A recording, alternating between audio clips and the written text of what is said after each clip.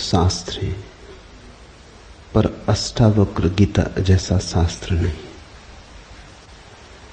वेद फीके हैं, उपनिषद बहुत धीमी आवाज में बोलते हैं। गीता में भी ऐसा गौरव नहीं जैसा अष्टावक्र की संहिता में। कुछ बात ही अनूठी है। सबसे बड़ी बात तो यह है कि न समाज, न राजनीति, न जीवन की किसी और व्यवस्था का कोई प्रभाव अष्टावक्र के वचनों पर है। इतना शुद्ध भावातीत वक्तव्य है, समय और काल से अतीत, दूसरा नहीं। शायद इसीलिए अष्टावक्र की गीता, अष्टावक्र की संहिता का बहुत प्रभाव नहीं पड़ा। कृष्ण की गीता का बहुत प्रभाव पड़ा। पहला कारण, कृष्ण की गीता समन्वय है। सत्य की उतनी चिंता नहीं जितनी समन्वय की चिंता है। समन्वय का आग्रह इतना गहरा है कि अगर सत्य थोड़ा खो भी जाए तो कृष्ण राजी है। कृष्ण की गीता खिचड़ी जैसी है, इसलिए सभी को भाती है, क्योंकि सभी का कुछ ना कुछ उसमें मौजूद है। ऐसा कोई संप्रदाय खोजना मुश्किल है जो गीता में अपनी वाणी न खोज ले। ऐसा कोई व्यक्ति खोजना मुश्किल है जो गीता में अपने लिए कोई सहारा न खोज ले। इन सब के लिए अष्टावक्र की गीता बड़ी कठिन होगी। अष्टावक्र समन्वयवादी नहीं, सत्यवादी। सत्य जैसा है वैसा कहा है, बिना किसी लाग लपेट के।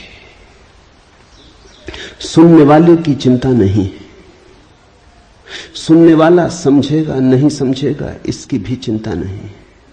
सत्य का ऐसा शुद्धतम वक्तव्य न पहले कहीं हुआ, न फिर बाद में कभी हो सका। कृष्ण की गीता लोगों को प्रिय है क्योंकि अपना अर्थ निकाल लेना बहुत सुगम है। कृष्ण की गीता काव्यात्मक है। 2-2 5 भी हो सकते हैं, 2-2 3 भी हो सकते हैं।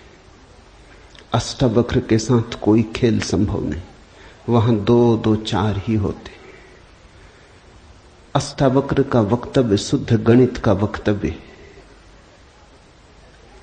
वहां काव्य को जरा भी जगह नहीं, वहां कविता के लिए जरा सी भी छूट नहीं। जैसा है वैसा कहा है, किसी तरह का समझौता नहीं। कृष्ण की गीता पढ़ो तो भक्त अपना अर्थ निकाल लेता है, क्योंकि कृष्ण ने भक्ति की भी बात की। कर्मयोगी अपना अर्थ निकाल लेता है क्योंकि कृष्ण ने कर्मयोग की भी बात की। ज्ञानी अपना अर्थ निकाल लेता है क्योंकि कृष्ण ने ज्ञान की भी बात की। कृष्ण कहीं भक्ति को सर्वश्रेष्ठ कहते हैं, कहीं ज्ञान को सर्वश्रेष्ठ कहते हैं, कहीं कर्म को सर्वश्रेष्ठ कहते हैं। कृष्ण का वक्तव्य बहुत राजनीतिक है। वो राजनेता थे, कुशल राजनेता थे।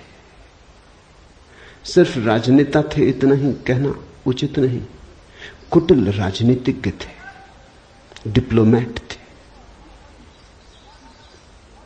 उनके वक्तव्य में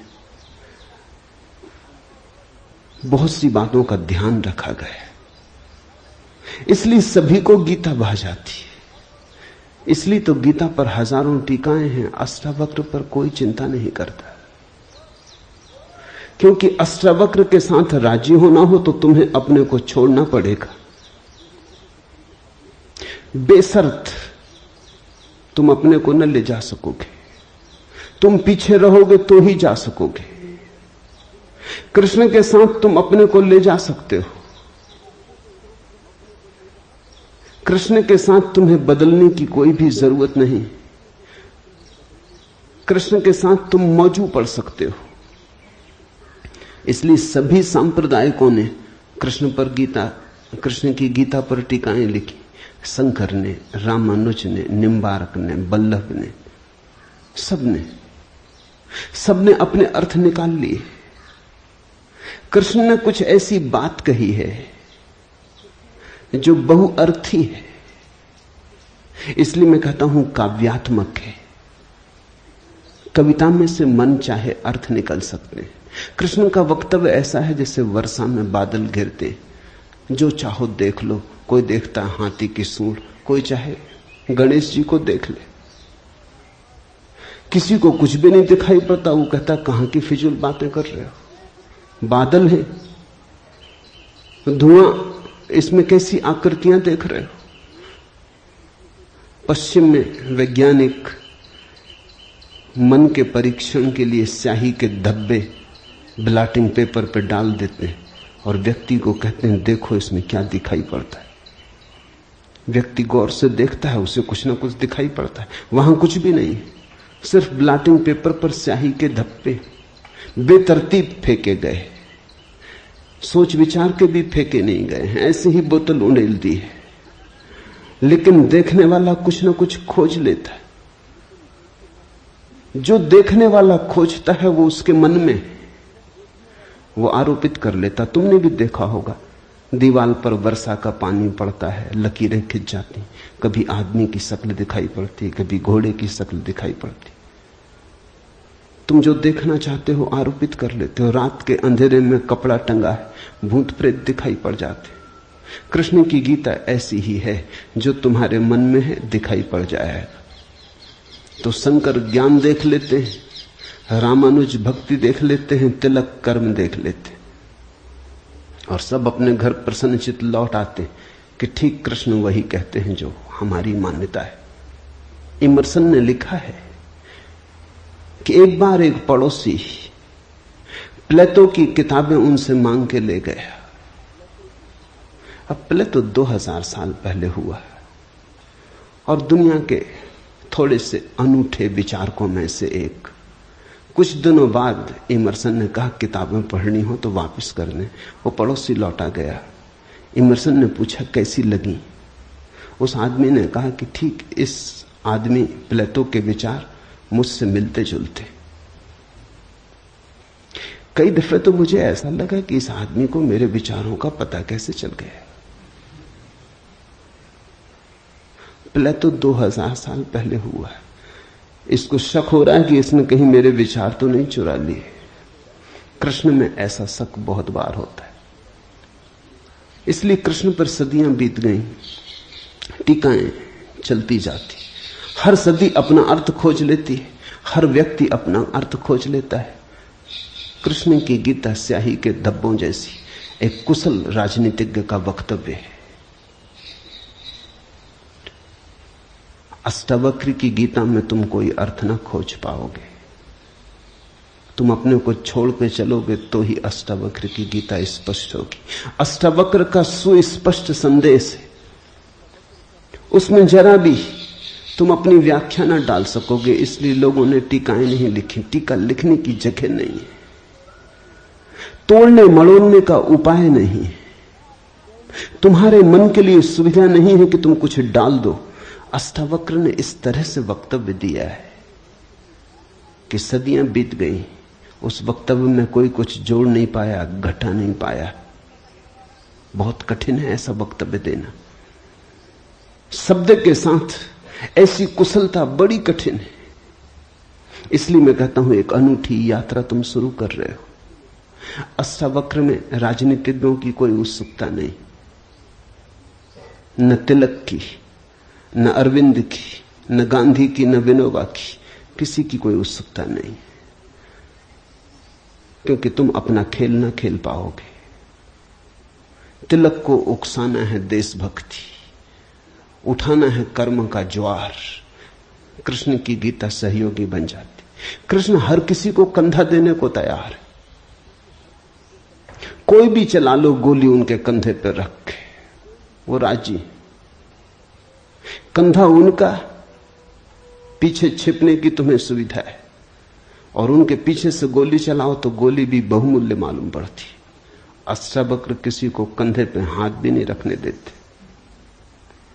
इसलिए गांधी की कोई उत्सुकता नहीं, तिलक की कोई उत्सुकता नहीं, अरविंद विनोबा को कुछ लेना देना नहीं, क्योंकि तुम कुछ थोप ना सकोगे। राजनीति की सुविधा नहीं है। अष्टावक्र राजनीतिक पुरुष नहीं। ये पहली बात ख्याल में रख लेनी जरूरी है।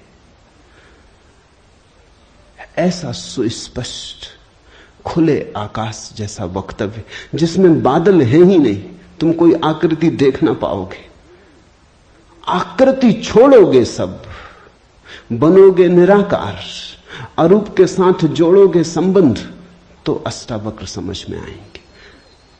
अष्टावक्र समझना चाहो तो ध्यान की गहराई में उतरना होगा। कोई व्याख्या से काम होने वाला नहीं। और ध्यान के लिए भी अष्टावक्र नहीं कहते कि तुम बैठ के राम राम जपो। अष्टावक्र कहते हैं तुम कुछ भी करो वो ध्यान ना होगा। करता जहां है वहां ध्यान कैसा? जब तक करना है तब तक भ्रांति है, जब तक करने वाला मौजूद है तब तक अहंकार मौजूद है। अष्टावक्र कहते हैं साक्षी हो जाना है ध्यान। जहां करता छूट जाता तुम सिर्फ देखने वाले रह जाते। दृष्टा मात्र, दृष्टा मात्र हो जाने में ही दर्शन है, दृष्टा मात्र हो जाने में ही ध्यान है, दृष्टा मात्र हो जाने में ही ज्ञान है। इसके पहले कि हम सूत्र में उतरे, अष्टावक्र के संबंध में कुछ बातें समझ लेनी जरूरी है। ज्यादा पता नहीं, क्योंकि न तो वे सामाजिक पुरुष थे न राजनीतिक, तो इतिहास में कोई उल्लेख नहीं है। बस थोड़ी सी घटनाएं ज्ञात हैं, वो भी बड़ी अजीब, भरोसा करने योग्य नहीं, लेकिन समझोगे तो बड़े गहरे अर्थ खुलेंगे। पहली घटना, अष्टावक्र पैदा हुए उसके पहले की, पीछे का तो कुछ पता नहीं। गर्भ की घटना, पिता बड़े पंडित, अष्टावक्र मां के गर्भ में। पिता रोज वेद का पाठ करते और अष्टावक्र गर्भ में सुनते। एक दिन अचानक गर्भ से आवाज आती कि रुको भी, ये सब बकवास है, ज्ञान इसमें कुछ भी नहीं, बस शब्दों का संग्रह। शास्त्र में ज्ञान कहां? ज्ञान स्वयं में है। शब्द में सत्य कहां? सत्य स्वयं में।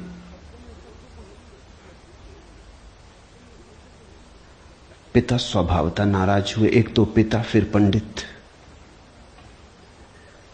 और गर्भ में छिपा हुआ बेटा इस तरह की बात कहे, अभी पैदा भी नहीं हुआ। क्रोध में आ गए, आग बबूला हो गए। पिता का अहंकार चोट खा गया। फिर पंडित का अहंकार, बड़े पंडित थे, बड़े विवादी थे, शास्त्रार्थी थे।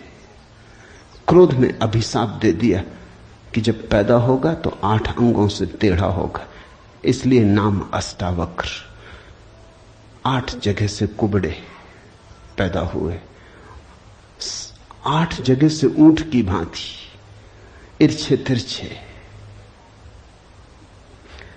पिता ने क्रोध में शरीर को विक्षत कर दिया। ऐसी और भी कथाएं हैं। कहते हैं बुद्ध जब पैदा हुए तो खड़े खड़े पैदा हुए। मां खड़ी थी वृक्ष के तले, खड़े खड़े मां खड़ी थी, खड़े खड़े पैदा हुए। जमीन पर गिरे नहीं कि चले, 7 कदम चले। 8वें कदम पर रुककर 4 आर्य सत्यों की घोषणा की कि जीवन दुख है। अभी 7 कदम ही चले हैं पृथ्वी पर कि जीवन दुख है, कि दुख से मुक्त होने की संभावना है, कि दुख मुक्ति का उपाय है, कि दुख मुक्ति की अवस्था है, निर्वाण की अवस्था है। लाओत्सु के संबंध में कथा है कि लाओत्सु बूढ़े पैदा हुए, 80 वर्ष के पैदा हुए, 80 वर्ष तक गर्भ में ही रहे। कुछ करने की चाह ही न थी तो गर्भ से निकलने की चाह भी न हुई, कोई वासना ही न थी तो संसार में आने की भी वासना न हुई। जब पैदा हुए तो सफेद बाल थे, 80 वर्ष के बूढ़े थे।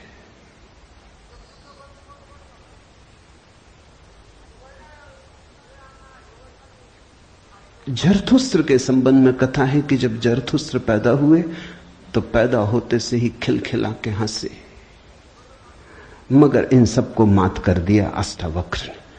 ये तो पैदा होने की बात है।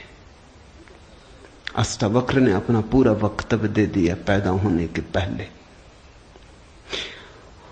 ये कथाएं महत्वपूर्ण हैं।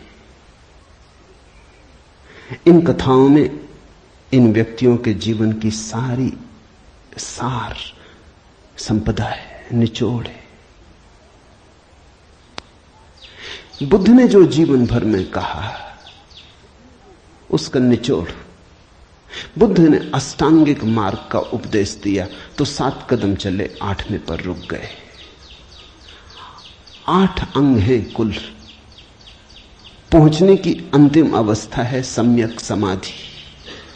उस समाधि की अवस्था में ही पता चलता है जीवन के पूरे सत्य का। वो 4 आर्य सत्यों की घोषणा करती। लाओत्सु बूढ़ा पैदा हुआ। लोगों को 80 साल लगते हैं, तब भी ऐसी समझ नहीं आ पाती। बूढ़े होकर भी लोग बुद्धिमान कहां हो पाते। बूढ़ा होना और बुद्धिमान होना पर्यायवाची तो नहीं। बाल तो धूप में भी पकाए जा सकते हैं। लाओत्सु की कथा इतना ही कहती है कि अगर जीवन में त्वरा हो, तीव्रता हो, तो जो 80 साल में घटता है वो एक क्षण में घट सकता है। प्रज्ञा की तीव्रता हो तो एक क्षण में घट सकता है। बुद्धि मलिन हो तो 80 साल में भी कहां घटता है। जरथुस्त्र जन्म के साथ ही हंसे। जरथुस्त्र का धर्म अकेला धर्म है दुनिया में जिसको हंसता हुआ धर्म कह सकते। अति पार्थिव पृथ्वी का धर्म है। इसलिए तो पारसी दूसरे धार्मिकों को धार्मिक नहीं मालूम होते, नाचते गाते प्रसन्न। जरथुस्त्र का धर्म हंसता हुआ धर्म है, जीवन के स्वीकार का धर्म है, निषेध नहीं है, त्याग नहीं है। तुमने कोई पारसी साधु देखा? नंग धड़ंग खड़ा हो जाए, छोड़ दे, धूप में खड़ा हो जाए, धूनी रमा के बैठ जाए? नहीं, पारसी धर्म में जीवन को सताने, कष्ट देने की कोई व्यवस्था नहीं। जरथुस्त्र का सारा संदेश यही है कि जब हंसते हुए परमात्मा को पाया जा सकता है तो रोते हुए क्यों पाना। जब नाचते हुए पहुंच सकते हैं उस मंदिर तक तो नाहक कांटे क्यों बोने। जब फूलों के साथ जाना हो सकता है तो ये दुखवाद क्यों।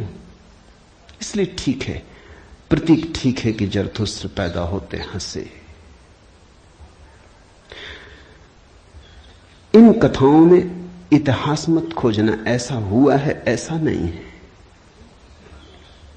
लेकिन इन कथाओं में एक बड़ा गहरा अर्थ है। तुम्हारे पास एक बीज पड़ा है। जब तुम बीज को देखते हो तो इससे पैदा होने वाले फूल की कोई भी तो खबर नहीं मिलती। ये क्या हो सकता है इसकी भनक भी तो नहीं आती। ये कमल बनेगा, खिलेगा, जल में रहेगा और जल से अछूता रहेगा, सूरज की किरणों पर नाचेगा और सूरज भी ईर्ष्यालु होगा इसके सौंदर्य से, इसकी कोमलता से, इसके अपूर्व गरिमा, इसके प्रसाद से, इसकी सुगंध आकाश में उड़ेगी। ये बीज को देखकर तो पता भी नहीं चलता। बीज को तो देख के इसकी कोई कल्पना भी नहीं कर सकता, अनुमान भी नहीं कर सकता,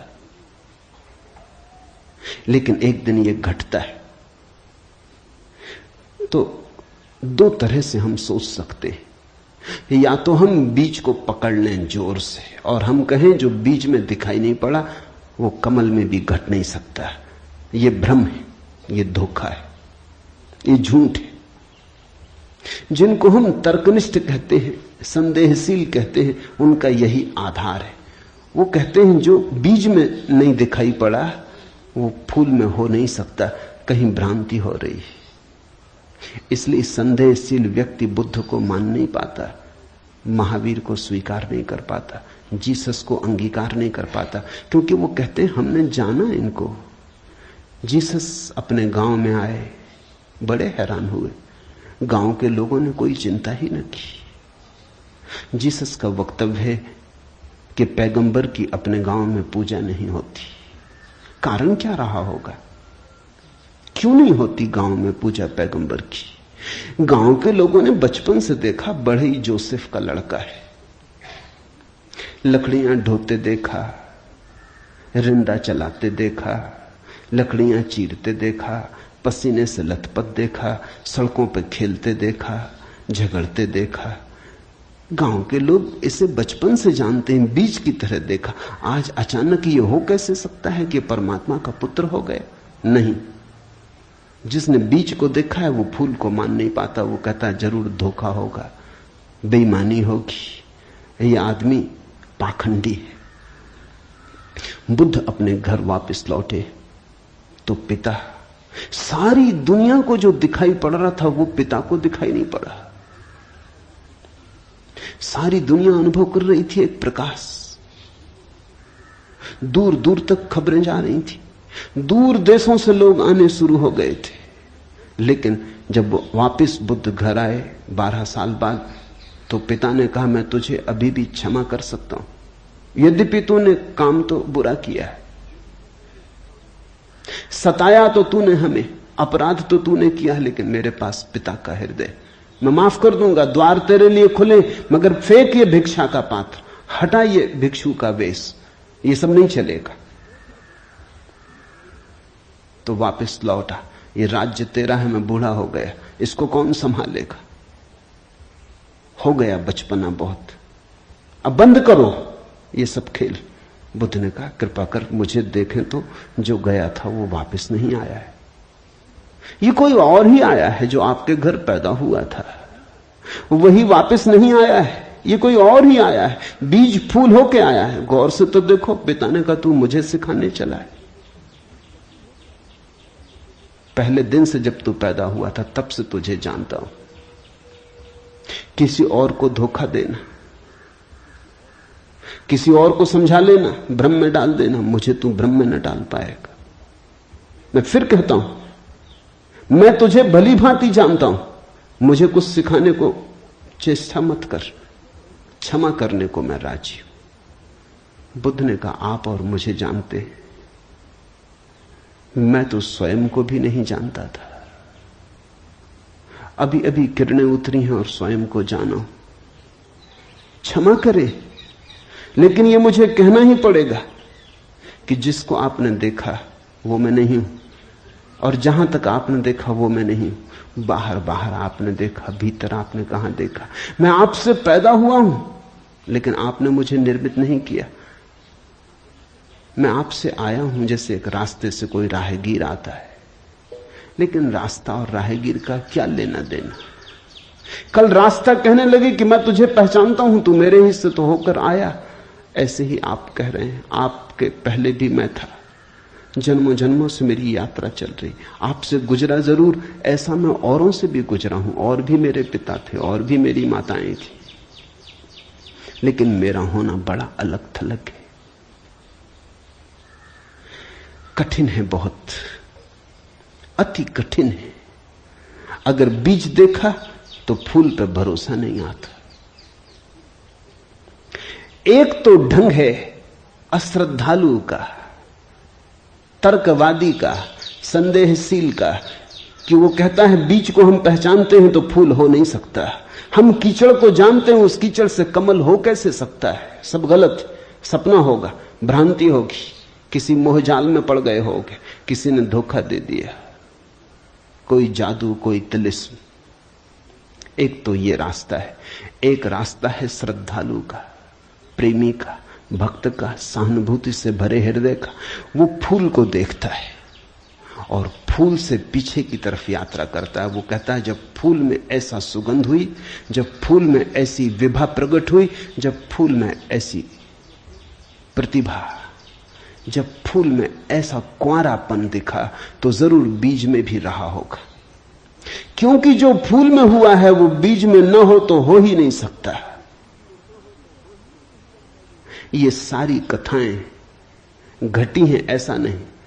जिन्होंने अष्टावक्र के फूल को देखा उनको ये ख्याल में आया कि जो आज हुआ है वो कल भी रहा होगा। छिपा था, अवगुंठित था, पर्दे में पड़ा था। जो आज है, अंत में है, वो प्रथम भी रहा होगा। जो मृत्यु के क्षण में दिखाई पड़ रहा है वो जन्म के क्षण में भी मौजूद रहा होगा, अन्यथा पैदा कैसे होता। तो एक तो ढंग है फूल से पीछे की तरफ देखना और एक है बीज से आगे की तरफ देखना। गौर से देखो तो दोनों में सारसूत्र एक ही है, दोनों की आधार भित्ति एक ही है, लेकिन कितना जमीन आसमान का अंतर हो जाता है। जो बीज वाला है वो भी ये कह रहा है कि जो बीज में नहीं है वो फूल में कैसे हो सकता है, ये उसका तर्क है। फूल वाला भी यही कह रहा है, वो कह रहा है जो फूल में है वो बीज में भी होना ही चाहिए। दोनों का तर्क तो एक है, लेकिन दोनों के देखने के ढंग अलग है।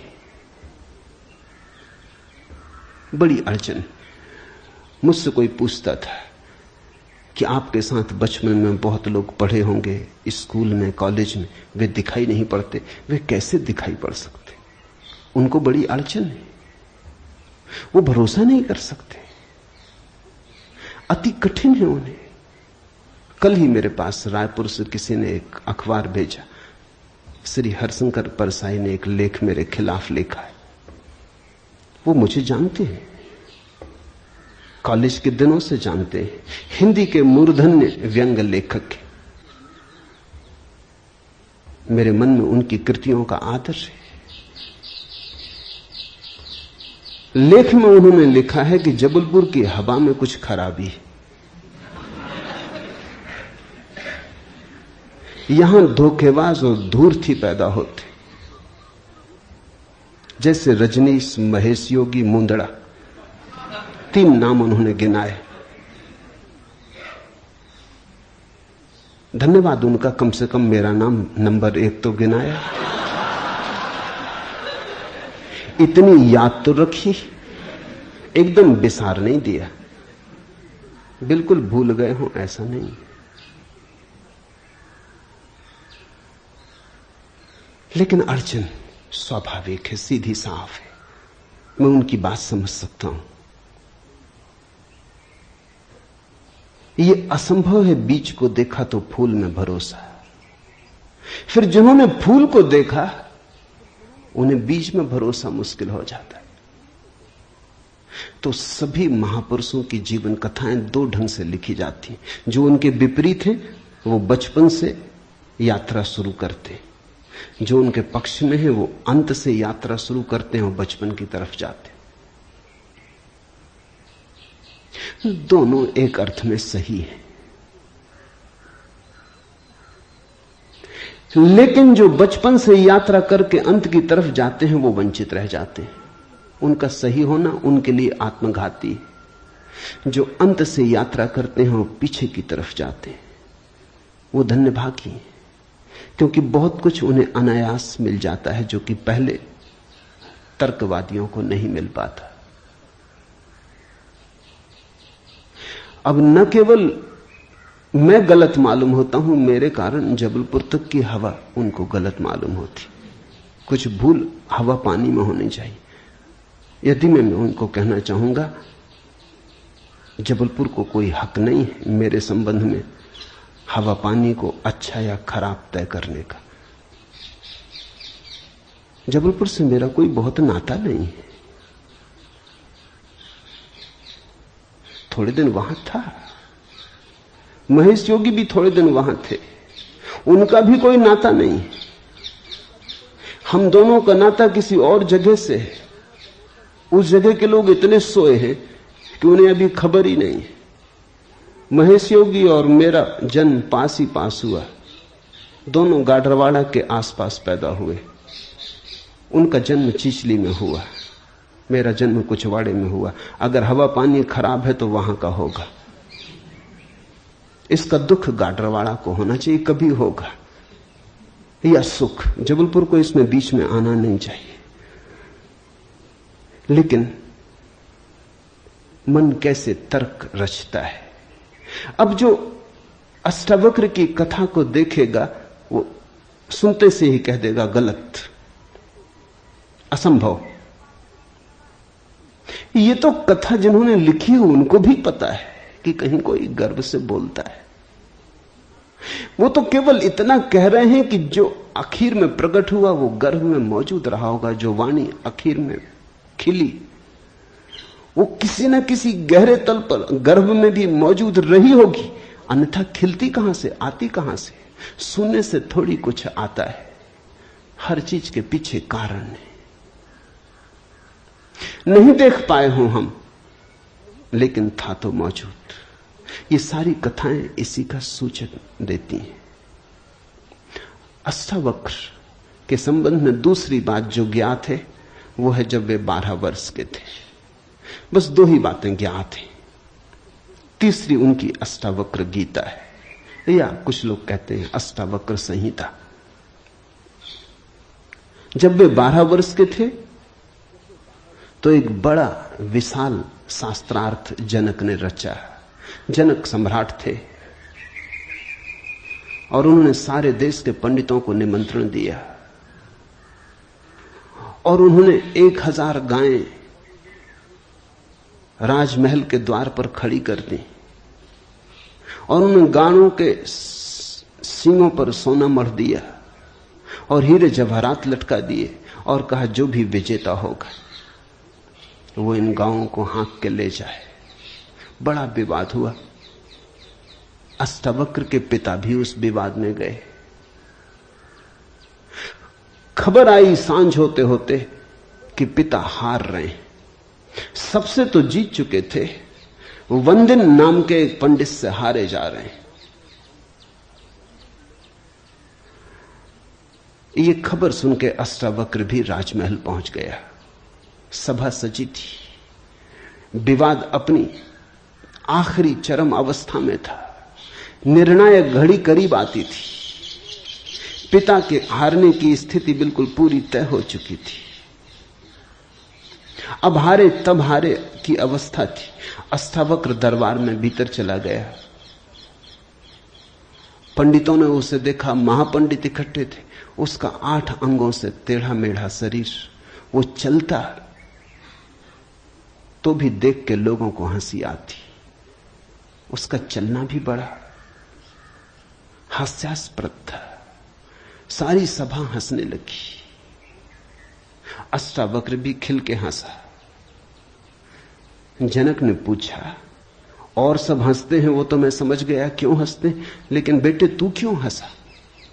अष्टावक्र ने कहा, मैं इसलिए हंस रहा हूं कि इन चम्हारों की सभा में सत्य का निर्णय हो रहा है। बड़ा आदमी अनूठा रहा होगा। ये चम्हार यहां क्या कर रहे हैं? सन्नाटा छा गया। चम्हार? सम्राट ने पूछा, तेरा मतलब? उसने कहा, सीधी सी बात है, इनको चमड़ी ही दिखाई पड़ती, मैं नहीं दिखाई पड़ता। मुझसे सीधा साधा आदमी खोजना मुश्किल है, वो तो इनको दिखाई ही नहीं पड़ता। इनको आड़ा टेढ़ा शरीर दिखाई पड़ता है। ये चम्हार है, ये चमड़ी के पारखी। राजन, मंदिर के टेढ़े होने से कहीं आकाश टेढ़ा होता है?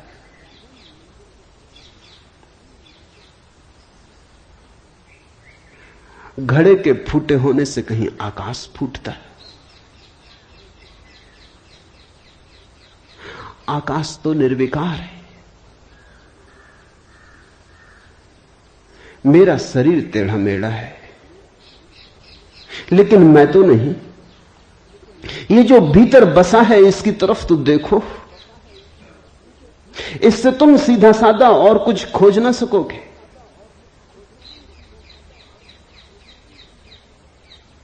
ये बड़ी चौंकाने वाली घोषणा थी। सन्नाटा छा गया होगा। जनक प्रभावित हुआ, झटका खाया। निश्चित ही कहां चम्हारों की भीड़ इकट्ठी करके बैठा है। खुद पे भी पश्चाताप हुआ, अपराध लगा कि मैं भी हंसा। उस दिन तो कुछ न कहते बना, लेकिन दूसरे दिन सुबह जब सम्राट घूमने निकला था तो राह पर अष्टावक्र दिखाई पड़ा। उतरा, घोड़े से पैरों में गिर पड़ा। सबके सामने तो हिम्मत न जुटा पाया। एक दिन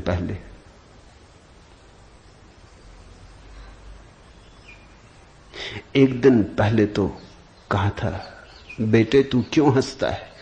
12 साल का लड़का था। उम्र तौली थी, आज उम्र नहीं तौली।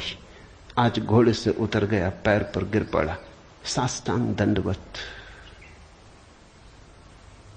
और कहा, पधारें राजमहल, मेरी जिज्ञासाओं का समाधान करें। हे प्रभु, आए मेरे घर। बात मेरी समझ में आ गई। रात भर मैं सो ना सका। ठीक ही कहा, शरीर को ही जो पहचानते हैं उनकी पहचान गहरी कहां। आत्मा के संबंध में विवाद कर रहे हैं और अभी भी शरीर में रस और विरस पैदा होता है, घृणा, आकर्षण पैदा होता है। मर्त्य को देख रहे हैं, अमृत की चर्चा करते हैं। धन्य भाग मेरे कि आप आए और मुझे चौंकाया, मेरी नींद तोड़ दी। अब पधारो। राजमहल में उसने बड़ी सजावट कर रखी थी। स्वर्ण सिंहासन पर बिठाया था इस 12 साल के अष्टावक्र को और उससे जिज्ञासा की। पहला सूत्र जनक की जिज्ञासा है। जनक ने पूछा है, अष्टावक्र ने समझाया है। इससे ज्यादा अष्टावक्र के संबंध में और कुछ पता नहीं है, और कुछ पता होने की जरूरत भी नहीं। काफी है, इतना बहुत है। हीरे बहुत होते भी नहीं, कंकड़ पत्थर ही बहुत होते। हीरा एक भी काफी होता है। ये 2 छोटी सी घटनाएं हैं। एक तो जन्म के पहले की गर्भ से आवाज और घोषणा कि क्या पागलपन में पड़े हो, शास्त्र में उलझे हो, शब्द में उलझे हो, जागो। ये ज्ञान नहीं है, ये सब उधार है, ये सब बुद्धि का ही जाल है, अनुभव नहीं है। इसमें रंच मात्र भी सार नहीं है। कब तक अपने को भरमाए रखोगे? और दूसरी घटना, राजमहल में हंसना पंडितों का और कहना अष्टावक्र का कि जीवन में देखने की 2 दृष्टियां हैं, एक आत्मदृष्टि, एक चर्म दृष्टि। चम्हार चमड़ी को देखता है, प्रज्ञावान आत्मा को देखता है। तुमने गौर किया? चम्हार तुम्हारे चेहरे की तरफ देखते नहीं, वो जूते को ही देखता। असल में चम्हार जूते को देख के सब पहचान लेता तुम्हारे संबंध में कि आर्थिक हालत कैसी है, सफलता मिल रही कि विफलता मिल रही, भाग्य कैसा चल रहा, वो सब जूते में लिखा है। जूते की सिलवटें कह देती, जूते की दशा कह देती। जूते में तुम्हारी आत्मकथा लिखी, चम्हार पढ़ लेता। जूते में चमक, जूते का ताजा और नया होना, चम्हार तुमसे प्रसन्नता से मिलता है। जूता ही उसके लिए तुम्हारी आत्मा का सबूत है। दर्जी कपड़े देखता है, तुम्हारा कोट कपड़ा देख के समझ लेता हालत कैसी। सबकी अपनी बंधी हुई दृष्टियां हैं। सिर्फ आत्मवान ही आत्मा को देखता है, उसकी कोई दृष्टि नहीं है, उसके पास दर्शन है। एक छोटी घटना और जो अष्टावक्र के जीवन से संबंधित नहीं, रामकृष्ण और विवेकानंद के जीवन से संबंधित है, लेकिन अष्टावक्र से उसका जोड़ है। फिर हम सूत्रों में प्रवेश करें। विवेकानंद रामकृष्ण के पास आए तब उनका नाम नरेंद्रनाथ था। विवेकानंद तो बाद में रामकृष्ण ने उनको पुकारा। जब आए रामकृष्ण के पास तो अति विवादी थे, नास्तिक थे, तर्कवादी थे, हर चीज के लिए प्रमाण चाहते थे। कुछ चीजें हैं जिनके लिए कोई प्रमाण नहीं, मजबूरी है। परमात्मा के लिए कोई प्रमाण नहीं है और प्रमाण नहीं। प्रेम के लिए कोई प्रमाण नहीं है और प्रमाण नहीं। सौंदर्य के लिए कोई प्रमाण नहीं है और प्रमाण नहीं है। अगर मैं कहूं देखो ये खजूरेना के वृक्ष कैसे सुंदर, और तुम कहो हमें तो कोई सौंदर्य दिखाई नहीं पड़ता, वृक्ष जैसे वृक्ष, सिद्ध करें, मुश्किल हो जाएगी। कैसे सिद्ध करें कि सुंदर है? सुंदर होने के लिए सौंदर्य की परख चाहिए और तो कोई उपाय नहीं। आंख चाहिए और तो कोई उपाय नहीं। कहते हैं मजनू ने कहा कि लैला को जानना हो तो मजनू की आंख चाहिए। ठीक कहा। लैला को देखने का और कोई उपाय ही नहीं। मजनू को बुलाया था उसके गांव के राजा ने और कहा था तू पागल है, मैं तेरी लैला को जानता हूं, साधारण सी लड़की है, काली कलूटी, कुछ खास नहीं, तुझ पे मुझे दया आती। ये मेरे राजमहल की 12 लड़कियां खड़ी, ये इस देश की सुंदरतम स्त्रियां, इनमें से तू कोई भी चुन ले, ये तुझे रोते देख के मेरा भी प्राण रोता है। उसने देखा और उसने कहा इनमें तो लैला कोई भी नहीं, ये तो लैला के मुकाबले तो दूर, उसके चरण की धूल भी नहीं। सम्राट कहने लगा मजनू तू पागल है। मजनू ने कहा यह हो सकता है, लेकिन एक बात आपसे कहना चाहता हूं, लैला को देखना हो तो मजनू की आंख चाहिए।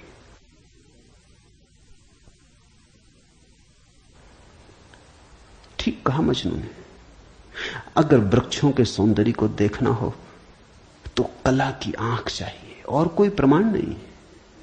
अगर किसी के प्रेम को पहचानना हो तो प्रेमी का हृदय चाहिए और कोई प्रमाण नहीं। और परमात्मा तो इस जगत के सारे सौंदर्य और सारे प्रेम और सारे सत्य का इकट्ठा नाम है। उसके लिए तो ऐसा निर्विकार चित्त चाहिए, ऐसा साक्षी भाव चाहिए जहां कोई शब्द न रह जाए, कोई विचार न रह जाए, कोई तरंग न उठे, वहां कोई धूल न रह जाए, मन की और चित्त का दर्पण परिपूर्ण शुद्ध हो। प्रमाण कहां? रामकृष्ण से विवेकानंद ने कहा प्रमाण चाहिए। है परमात्मा तो प्रमाण थे। और विवेकानंद को देखा रामकृष्ण ने। बड़ी थी संभावना इस युवक की, बड़ी थी यात्रा इसके भविष्य की, बहुत कुछ होने को पड़ा था इसके भीतर, बड़ा खजाना था, उससे ये अपरिचित है। रामकृष्ण ने देखा, इस युवक के पिछले जन्मों में झांका, ये बड़ी संपदा, बड़े पुण्य की संपदा लेकर आ रहा है। ये ऐसे ही तर्क में दबा न रह जाए। कराह उठा होगा पीड़ा और करुणा से रामकृष्ण का हृदय। उन्होंने कहा छोड़, प्रमाण वगैरह बाद में सोच लेंगे, मैं जरा बूढ़ा हुआ, मुझे पढ़ने में अड़चन होती, तू अभी जवान, तेरी आंख अभी तेज, ये किताब पढ़ी, इसे तू पढ़। वो थी अष्टावक्र गीता, जरा मुझे सुनाते।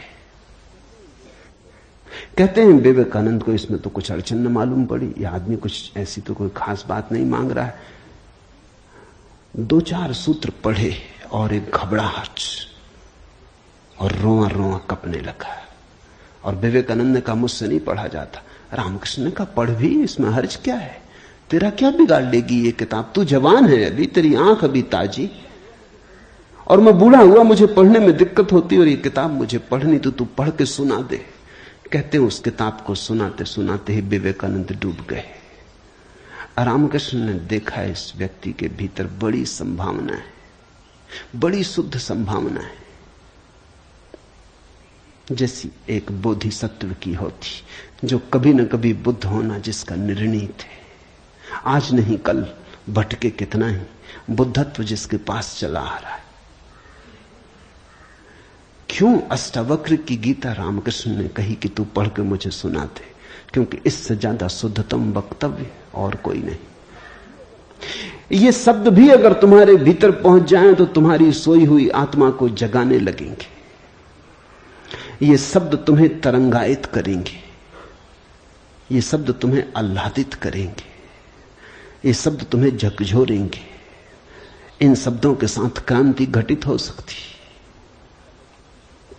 अष्टावक्र की गीता को मैंने यूं ही नहीं चुना है, और जल्दी नहीं चुना, बहुत देर करके चुना है, सोच विचार के। दिन थे जब मैं कृष्ण की गीता पर बोला, क्योंकि भीड़ भाड़ मेरे पास थी। भीड़ भाड़ के लिए अष्टावक्र गीता का कोई अर्थ न था। बड़ी चेष्टा करके भीड़ भाड़ से छुटकारा पाया है।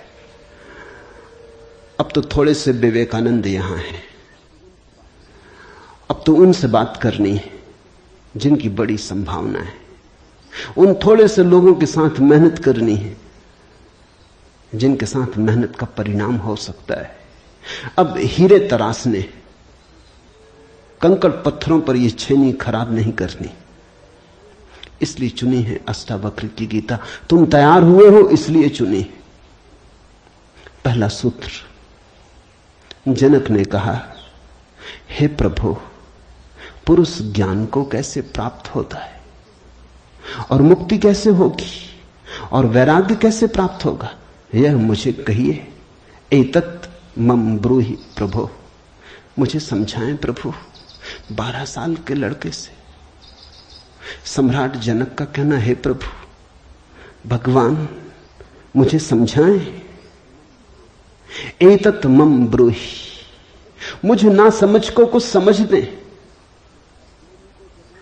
मुझे अज्ञानी को जगाएं। 3 प्रश्न पूछे हैं। कथम ज्ञानम, कैसे होगा ज्ञान?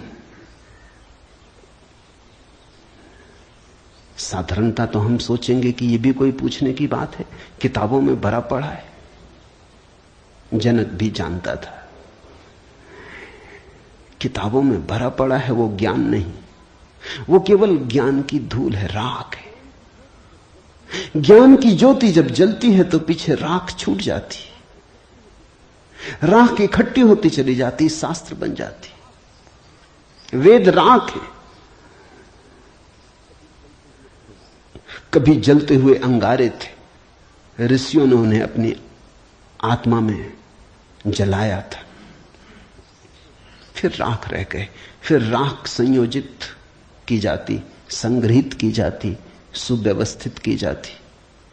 जैसे जब आदमी मर जाता है तो हम उसकी राख इकट्ठी कर लेते हैं, उसको फूल कहते हैं। बड़े मजेदार लोग हैं जिंदगी में जिसको फूल नहीं कहा। उसकी हड्डी वड्डियां इकट्ठी कर लाते हैं, कहते फूल संजोला है, फिर संभाल कर रखते, मंजूसा बनाते।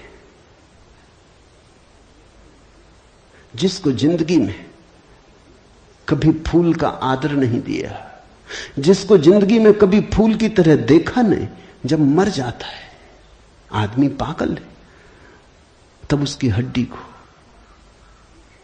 राख को फूल कहते। ऐसे ही जब कोई बुद्ध जीवित होता है तब तुम सुनते नहीं। जब कोई महावीर तुम्हारे बीच से गुजरता है तब तुम नाराज होते हो। लगता है यह आदमी तुम्हारे सपने तोड़ रहा है या तुम्हारी नींद में दखल डाल रहा है। ये कोई जगाने का वक्त है?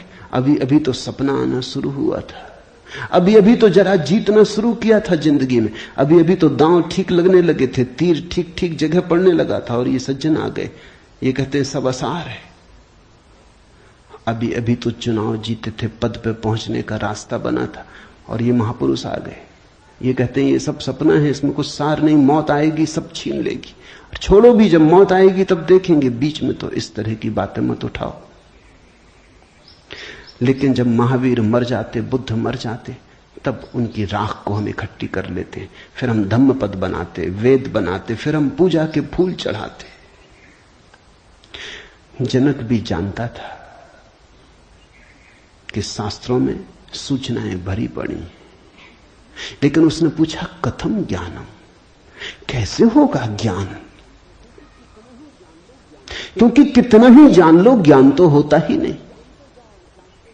जानते जाओ, शास्त्र कंठस्थ कर लो, तोते बन जाओ, एक एक सूत्र याद हो जाए, पूरे वेद स्मृति में छप जाएं, फिर भी ज्ञान तो होता नहीं। कथम ज्ञानम, कैसे होता ज्ञान? कथम मुक्ति, मुक्ति कैसे होगी? क्योंकि जिसको तुम ज्ञान कहते हो वो तो बांध लेता उल्टे, मुक्त कहां करता। ज्ञान तो वही है जो मुक्त करे। जीसस ने कहा है सत्य वही है जो मुक्त करे। ज्ञान तो वही है जो मुक्त करे। ये ज्ञान की कसौटी है। पंडित मुक्त तो दिखाई नहीं पड़ता, बंधा दिखाई पड़ता है, मुक्ति की बातें करता है, मुक्त दिखाई नहीं पड़ता है, हजार बंधनों में बंधा हुआ मालूम पड़ता है। तुमने कभी गौर किया, तुम्हारे तथाकथित संत तुमसे भी ज्यादा बंधे हुए मालूम पड़ते। तुम शायद थोड़े बहुत मुक्त भी हो, तुम्हारे संत तुमसे भी ज्यादा बंधे, लकीर के फकीर हैं। न उठ सकते स्वतंत्रता से, न बैठ सकते स्वतंत्रता से, न जी सकते स्वतंत्रता से। कुछ दिनों पहले कुछ जैन साध्वियों की मेरे पास खबर आई कि वो मिलना चाहती, मगर श्रावक आने नहीं देते। ये भी बड़े मजे की बात हुई। साधु का अर्थ होता है जिसने फिक्र छोड़ी समाज की, जो चल पड़ा अरण्य की यात्रा पर, जिसने कहा अब न तुम्हारे आदर की मुझे जरूरत है, न सम्मान की। लेकिन साधु साध्वी कहते हैं श्रावक आने नहीं देते। वो कहते हैं वहां भूल के मत जाना, वहां गए तो ये दरवाजा बंद। ये कोई साधुता हुई? ये तो परतंत्रता हुई, गुलामी हुई। ये तो बड़ी उल्टी बात हुई। ये तो ऐसा हुआ कि साधु श्रावक को बदले, उसकी जगह श्रावक साधु को बदल रहा है।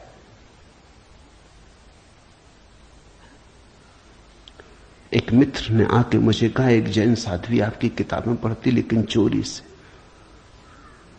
टेप भी सुनना चाहती लेकिन चोरी से, और अगर कभी किसी के सामने आपका नाम भी ले दो तो वो इस तरह हो जाती जैसे उसने कभी आपका नाम सुना ही नहीं। ये मुक्ति हुई। जनक ने पूछा कथम मुक्ति, कैसे होती मुक्ति, क्या है मुक्ति? उस ज्ञान को मुझे समझाएं जो मुक्त कर देता है। स्वतंत्रता मनुष्य की सबसे महत्वपूर्ण आकांक्षा है। सब पालो, लेकिन गुलामी अगर रही तो छिदती है। सब मिल जाए, स्वतंत्रता ना मिले तो कुछ भी नहीं मिला। मनुष्य चाहता है खुला आकाश, कोई सीमा ना हो। वो मनुष्य की अंतरतम निगूढ़तम आकांक्षा है, जहां कोई सीमा ना हो, कोई बाधा ना हो। इसी को परमात्मा होने की आकांक्षा कहो, मोक्ष की आकांक्षा कहो। हमने ठीक शब्द चुना है, मोक्ष। दुनिया की किसी भाषा में ऐसा प्यारा शब्द नहीं। स्वर्ग, फिरदौस, इस तरह के शब्द हैं, लेकिन उन शब्दों में मोक्ष की कोई धुन नहीं है। मोक्ष का संगीत ही अनूठा है। उसका अर्थ ही केवल इतना है, ऐसी परम स्वतंत्रता जिस पर कोई बाधा नहीं है। स्वतंत्रता इतनी शुद्ध कि जिस पे कोई सीमा नहीं। पूछा जनक ने कैसे होगी मुक्ति और कैसे होगा वैराग्य? हे प्रभु मुझे समझाकर कहिए। अष्टावक्र ने गौर से देखा होगा जनक की तरफ, क्योंकि गुरु के लिए वही पहला काम है कि जब कोई जिज्ञासा करे तो वो गौर से देखे जिज्ञासा किस स्रोत से आती, पूछने वाले ने क्यों पूछा है। उत्तर तो तभी सार्थक हो सकता है जब प्रश्न क्यों किया गया है वो समझ में आ जाए, वो साफ हो जाए।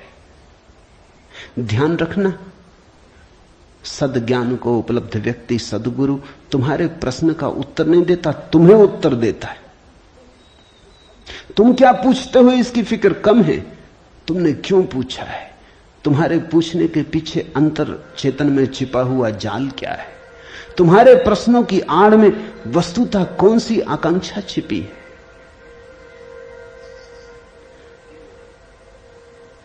दुनिया में 4 तरह के लोग हैं, ज्ञानी, मुमुक्षु, अज्ञानी, मूढ़। और दुनिया में 4 ही तरह की जिज्ञासाएं होती। ज्ञानी की जिज्ञासा तो निशब्द होती। कहना चाहिए ज्ञानी की जिज्ञासा तो जिज्ञासा होती ही नहीं। जान लिया, जानने को कुछ बचा नहीं, पहुंच गए,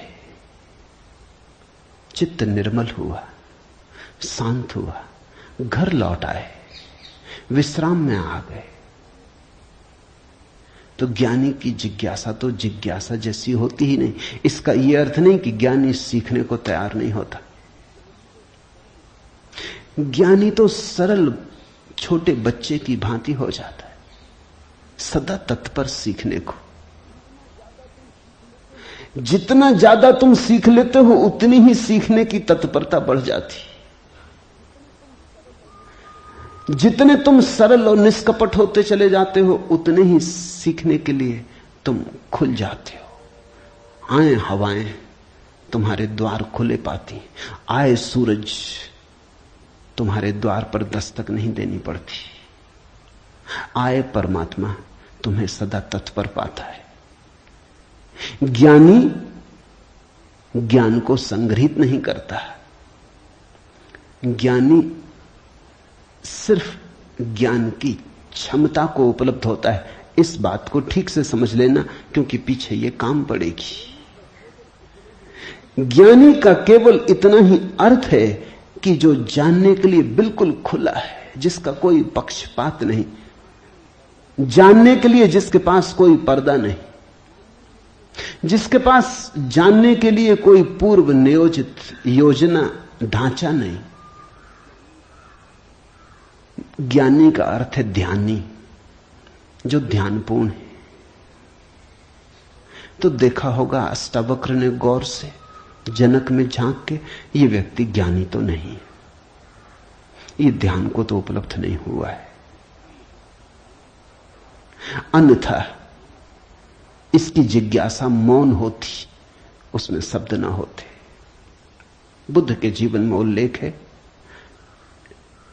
एक फकीर मिलने आया, एक साधु मिलने आया, एक परिव्राजक घुमक्कड़। उसने आके बुद्ध से कहा, पूछने योग्य शब्द मेरे पास नहीं, क्या पूछना चाहता हूं उसे शब्दों में बांधने की मेरे पास कोई कुशलता नहीं। आप तो जानते ही हैं, समझ लें, जो मेरे योग को कहते हैं। ये ज्ञानी की जिज्ञासा है। बुद्ध चुप बैठे रहे, उन्होंने कुछ भी ना कहा। घड़ी भर बाद जैसे कुछ घटा। वो जो आदमी चुपचाप बैठा बुद्ध की तरफ देखता रहा था, उसकी आंख से आंसुओं की धार लग गई। चरणों में झुका, नमस्कार किया और कहा, धन्यवाद,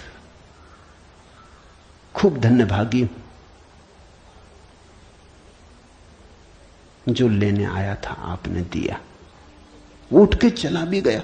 उसके चेहरे पे अपूर्व आभा थी, वो नाचता हुआ गया। बुद्ध के आसपास के शिष्य बड़े हैरान हुए। आनंद ने पूछा, बनते भगवान, पहेली हो गई। पहले तो ये आदमी कहता है कि मुझे पता नहीं कैसे पूछूं, पता नहीं किन शब्दों में पूछूं, ये भी पता नहीं क्या पूछने आया हूं। फिर आप तो जानते ही हैं सब, देख लें, मुझे जो मेरे लिए जरूरी हो कह दें। पहले तो ये आदमी ही जरा पहेली था। ये कोई ढंग हुआ पूछने का? और जब तुम्हें यही पता नहीं कि क्या पूछना, तो पूछना ही क्यों? पूछना क्या? खूब रही। फिर यही बात खत्म ना हुई, आप चुप बैठे सो चुप बैठे रह गए। आपको ऐसा कभी मौन देखा नहीं? कोई पूछता तो आप उत्तर देते। कभी कभी तो ऐसा होता कोई नहीं भी पूछता तो भी आप उत्तर देते। आपकी करुणा सदा बहती रहती। क्या हुआ अचानक कि आप चुप रह गए और आंख बंद हो गई? और फिर क्या रहस्यमय घटा कि वो आदमी रूपांतरित होने लगा। हमने उसे बदलते देखा, हमने उसे किसी और ही रंग में डूबते देखा, उसमें मस्ती आते देखी। वो नाचता हुआ गया है, आंसुओं से भरा हुआ, गदगद आह्लादित, वो चरणों में झुका, उसकी सुगंध हमें भी छुई। ये हुआ क्या? आप कुछ बोले नहीं, उसने सुना कैसे? और हम तो इतने दिनों से, वर्षों से आपके पास हैं। हम पर आपकी कृपा कम है क्या? ये प्रसाद जो उसे दिया हमें क्यों नहीं मिलता? लेकिन ध्यान रहे उतना ही मिलता है जितना तुम ले सकते हो। बुद्ध ने कहा सुनो, घोड़े, आनंद से घोड़े की बात की क्योंकि आनंद छत्री था, बुद्ध का चचेरा भाई था और बचपन से ही घोड़े का बड़ा शौक था। उसे घुड़सवार था, प्रसिद्ध घुड़सवार था, प्रतियोगी था बड़ा। उसने कहा सुन आनंद, बुद्ध ने कहा घोड़े 4 प्रकार के होते।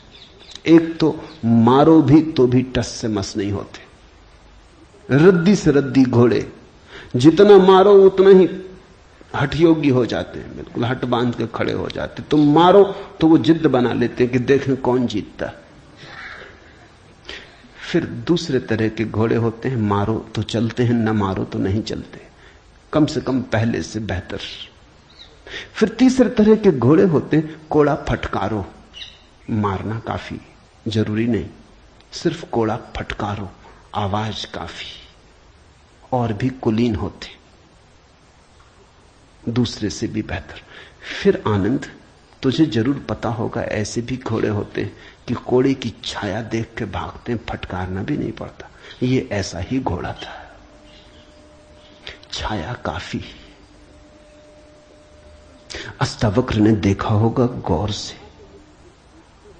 जब तुम आके मुझसे कुछ पूछते हो तो तुम्हारे प्रश्न से ज्यादा महत्वपूर्ण सवाल तुम हो। कभी कभी तुम्हें भी ऐसा लगता होगा कि तुमने जो नहीं पूछा था वो मैंने उत्तर दिया है, और कभी कभी तुम्हें ऐसा भी लगता होगा कि शायद मैं टाल गया तुम्हारे प्रश्न को, बचाव कर गया, कुछ और उत्तर दे गया हूं। लेकिन सदा तुम्हारी भीतरी जरूरत ज्यादा महत्वपूर्ण। तुम क्या पूछते हो ये उतना महत्वपूर्ण नहीं, क्योंकि तुम्हें खुद ही ठीक पता नहीं तुम क्या पूछते हो, क्यों पूछते हो। उत्तर वही दिया जाता है जिसकी तुम्हें जरूरत है। तुम्हारे पूछने से कुछ तय नहीं होता।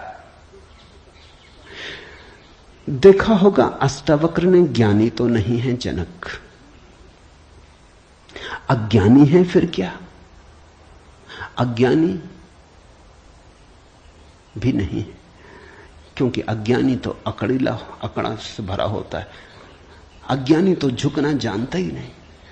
ये तो मुझ 12 साल की उम्र के लड़के के पैरों में झुक गया, साष्टांग दंडवत की। ये अज्ञानी के लिए असंभव है।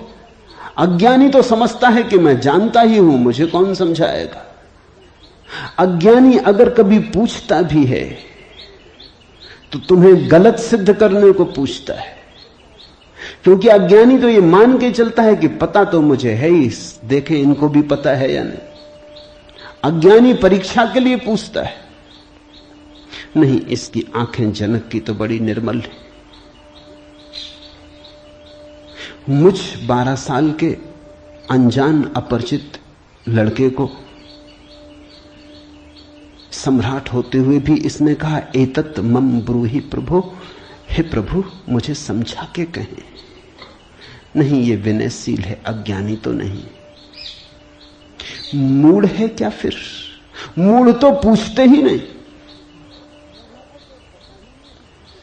मूढ़ों को तो पता ही नहीं कि जीवन में कोई समस्या है।